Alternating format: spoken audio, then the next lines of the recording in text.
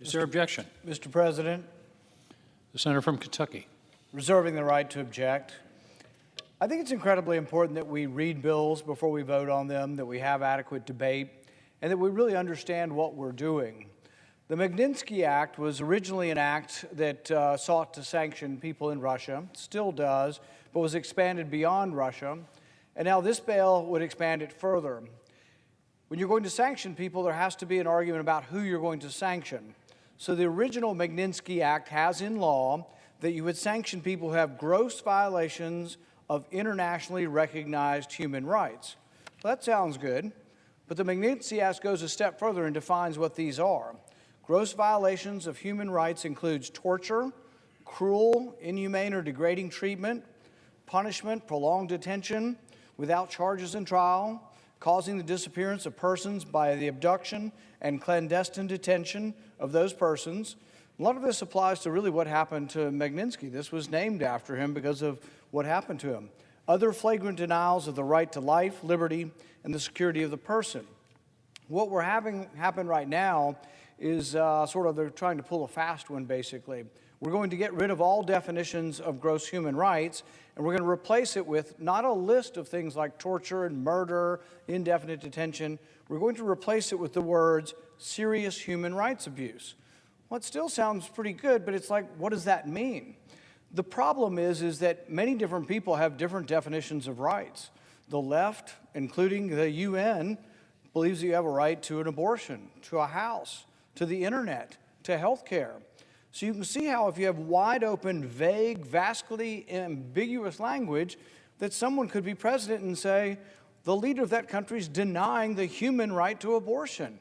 So therefore, we must sanction them without any sort of tribunal, without any sort of due process. They would just simply sanction them. Or what if they're not providing the internet? So the thing is, words are important. You can't have vacuous sort of definitions. Where did this definition? It came from the Trump administration. So basically what they're trying to do is mirror the Trump administration, which gave unlimited authority to the president. It's kind of surprising for all the superficial rhetoric and of opposition to President Trump that they're trying to adopt his language now. But his language also comes from the Biden administration, because the one thing presidents have in common is they like unlimited power without checks and balances. If this language goes through, it'll remove any checks and balances or any definitions as to what human rights abuses are. It's a terrible mistake. It's rash, and we shouldn't do it. I've offered an amendment, and I'll offer it here in a moment. My amendment simply includes the definition that I just read. Gross violation of human rights, torture, cruel and inhumane treatment, indefinite detention. That's what we would put in the bill, is the actual definition. These aren't my words. These are the words of the mostly Democrats who wrote the bill, the Magnitsky Act.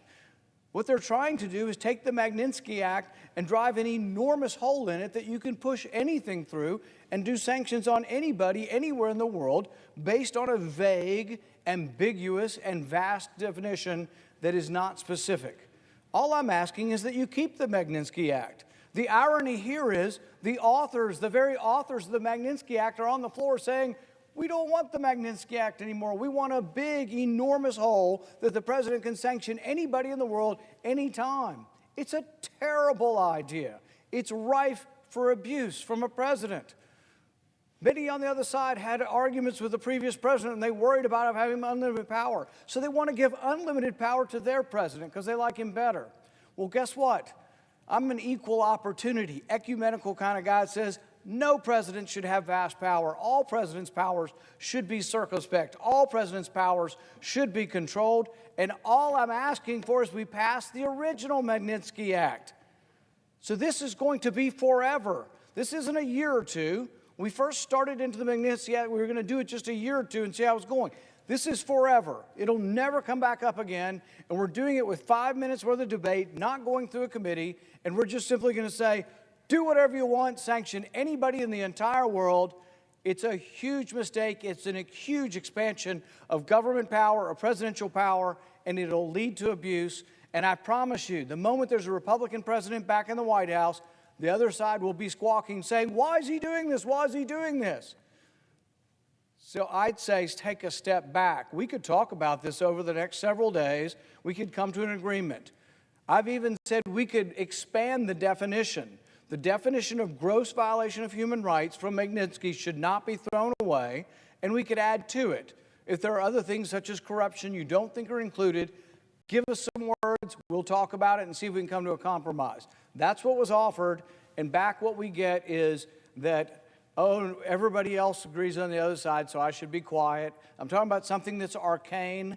This is your language. This is the Magnitsky Act from the last 5 years, and you're calling it arcane?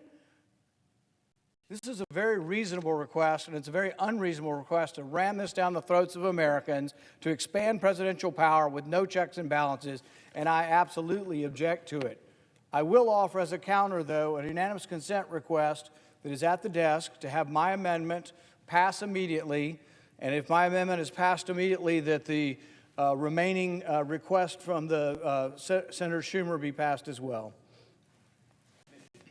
Mr. President, The majority leader is recognized. before I yield to my friend from the state of Maryland, the author of the Magnitsky Act, let me just say this to my good friend from Kentucky. Every senator would like their amendment to be easily inserted into a bill. But in the Senate, we vote. I am offering the senator a vote on his amendment. If each senator said my way or the highway, we'd have total paralysis, even on an important piece of legislation like this. I yield to the senator from Maryland. Mr. President. The senior senator from Maryland is recognized.